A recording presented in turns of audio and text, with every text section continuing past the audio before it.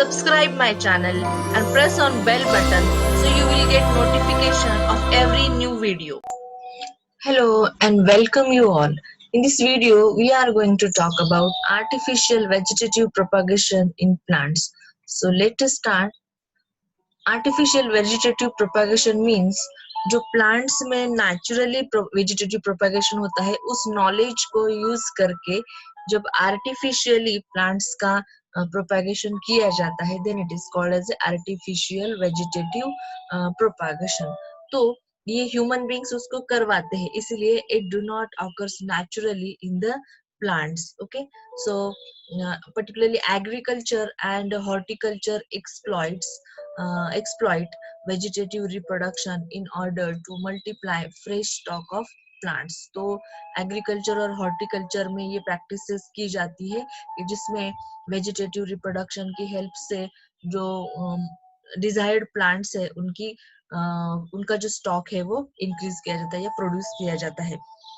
Now, artificial methods are used to propagate desired varieties according to human requirement. तो human requirement के हिसाब से जो भी desired varieties है जिनमें सारी अच्छी qualities है ऐसे जो plants है उनको क्या किया जाता है vegetatively यानी artificially वो plants का number बढ़ाया जाता है या वो plants produce किए जाते हैं. So different plants के parts है वो use किए जाते हैं for this artificial vegetative propagation. So there are different methods से भी ये vegetative propagation किया जाता है artificially. So let us see the different methods of artificial vegetative propagation which includes cutting. उसमें cutting आता है, उसमें grafting आता है, layering आता है, tissue culture आता है. So let us see one by one. First is the cutting. What happens in cutting? A small piece of any vegetative part of a plant having one or more buds, okay, is used for the propagation. यानी किसी भी main desired plant का जो भी part है stem हो सकता है या लीफ हो सकता है या फिर रूट हो सकता है तो जिस पर क्या होना चाहिए वन और टू बर्ड्स होने चाहिए. ओके, वन और मोर बर्ड्स होने चाहिए तो वो पार्ट मेन प्लांट से कट करके उसको क्या किया जाता है दूसरी जगह पे उसको प्लांट किया जाता है और वो पार्ट जो है वो एज अ न्यू इंडिविजुअल या न्यू प्लांट करके ग्रो होता है. जैसे कि यहाँ पे देखिए आपके सामने ये मेन प्लांट है और उसका एक स्टेम जो है यहाँ पे कट किया है. तो ये कट जो है करते टाइम थोड़ा स्लैंटिंग करना होता है ये कट ताकि ये जो पार्ट है उसका जो कटिंग स्लैंटिंग पोर्शन है वो maximum it should get expose to the soil यानी ज्यादा से ज्यादा वो सॉइल के टच में आना चाहिए. ओके, और इस तरह से फिर उसका ग्रोथ अच्छी तरह से होगा. और फिर जो बर्ड्स होते हैं वो बर्ड्स से क्या हो जाता है ऊपर शूट जो है वो डेवलप होता है एंड अंडरग्राउंड जो रीजन है उस पार्ट का उससे रूट्स डेवलप होते हैं. तो इस तरह से फॉर एग्जाम्पल स्टेम अगर स्टेम लिया है किसी भी प्लांट का तो that is called stem cutting. तो रोज और बोगनवेलिया में ये कॉमनली होता है. देन लीफ किसी प्लांट का लीफ से भी क्या हो जाता है वेजिटेटिव आर्टिफिशियली वेजिटेटिव रिप्रोडक्शन किया जाता है. So example is sansevieria and bougainvillea sorry bryophyllum है या बेगोनिया है. These are the examples of leaf cutting. Then root cutting for example blackberry. तो ब्लैकबेरी में रूट यूज करके ब्लैकबेरी के प्लांट्स जो है वो ग्रो किए जाते हैं. इसके अलावा जो नेक्स्ट जो मेथड है that is the layering. Okay, तो लेयरिंग में क्या होता है it is a portion of an above ground stem यानी प्लांट का जो स्टेम है वो अगर ग्राउंड के ऊपर है तो क्या किया जाता है वहां पे and when it is still attached to the parent plant and detaches as a new independent plant. तो देखिए यहाँ से एक एग्जांपल आपके सामने ये पेरेंट प्लांट है उसकी एक ग्राउंड के क्लोज में एक ब्रांच है जो नीचे बेंड हो सकती है. तो इस ब्रांच को क्या किया है इन स्टेम को क्या किया है बेंड किया है. उसका कुछ पोर्शन जो है वो उसको बरीड किया है in the soil and moisture वगैरह वाटर वगैरह प्रोवाइड करके उसके ऊपर कुछ वजन रख के इस तरह से, फिर जब रूटिंग हो जाता है यहाँ से तो उस मेन ब्रांच से उसको कट करके फिर ये एज अ न्यू प्लांट जो है वो ग्रो करता है। This called as a mound layering, उसको क्या कहा जाता है, माउंड लेयरिंग। लेकिन सेकेंड जो टाइप है जिसमें अगर कोई प्लांट की जो ब्रांच है वो बहुत ग्राउंड से बहुत ज्यादा ऊपर है, यानी वो बेंड नहीं हो सकती है, तो उसको क्या किया जाता है, ऊपर ही यहाँ से जो सिलेक्टेड ब्रांच है उसका डेड टिश्यू निकाल दिया जाता है और सेंट्रल जो मेन टिश्यू है जहाँ से रूटिंग होने वाला है उसको बिना डैमेज किए डेड टिश्यू निकाला जाता है, बार्क टिश्यू इज रिमूव्ड।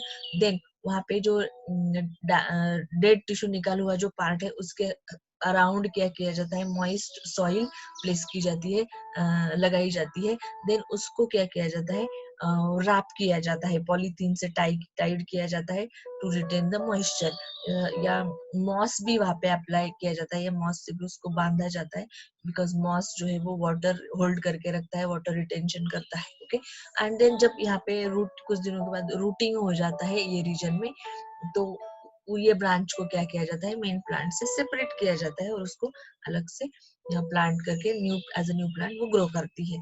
तो इस तरह से ये हो गया लेयरिंग। इसके अलावा और जो नेक्स्ट मेथड है दैट इज द ग्राफ्टिंग। अब ग्राफ्टिंग में क्या होता है, यहाँ पे टू डिफरेंट जो प्लांट्स है तो वो डिफरेंट प्लांट्स सिलेक्ट किए जाते हैं कि जिनमें अलग अलग कुछ क्वालिटीज है और ये दोनों क्वालिटीज एक साथ अगर लानी है तो ये ग्राफ्टिंग किया जाता है। तो two plants are selected and they are join in such a way that they grow as a one plant. तो इस तरह से देखिए अभी यहाँ पे ये एक जो दो प्लांट सिलेक्ट किए उसमें से जो रूटेड होता है that rooted plant is called as stock, कि जिसकी रूट सिस्टम बहुत अच्छी है सपोज, एंड दूसरा जो प्लांट उस पे ग्राफ्ट करना है that is called as Sion, उसको क्या कहा जाता है, सियॉन कहा जाता है। कि जिसके स्टेम, लीफ, ब्रांचेस, फ्लावर्स की जो वो सिलेक्ट किए जाते हैं।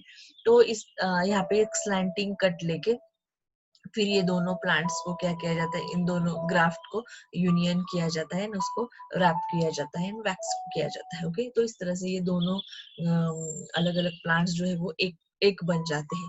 तो यहाँ पे क्या होता है, इसके पहले के जो भी दो टाइप्स थे जैसे कि कटिंग और लेयरिंग, तो उसमें जो पेरेंट प्लांट होता है और उससे उसके पार्ट से जो न्यू प्लांट बने होते हैं उसमें जो कैरेक्टर्स है वो सेम होते हैं, यानी दे आर क्लोन्स होते हैं। ओके, बट यहाँ पे क्या हो जाता है, ये टू डिफरेंट प्लांट्स एक साथ आते हैं और जो न्यू प्लांट यहाँ पे ये फॉर्म हो गया है तो उसमें कुछ न्यू कैरेक्टर्स यहाँ पे दिखाई देंगे दोनों के मिलके।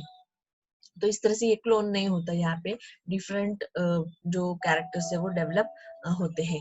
नाउ ग्राफ्टिंग में बहुत सारे टाइप्स है, जैसे कि यहाँ पे और एक दिया है कि एज अ साइन जो प्लांट सिलेक्ट करने वाले उसका सिर्फ एक बड लिया जाता है, थोड़ा सा बड, और उसके ऊपर और नीचे का थोड़ा सा पोर्शन सिलेक्ट किया जाता है, पूरा स्टेम नहीं सिलेक्ट की जाती, तो सिर्फ बड सिलेक्ट की जाती है।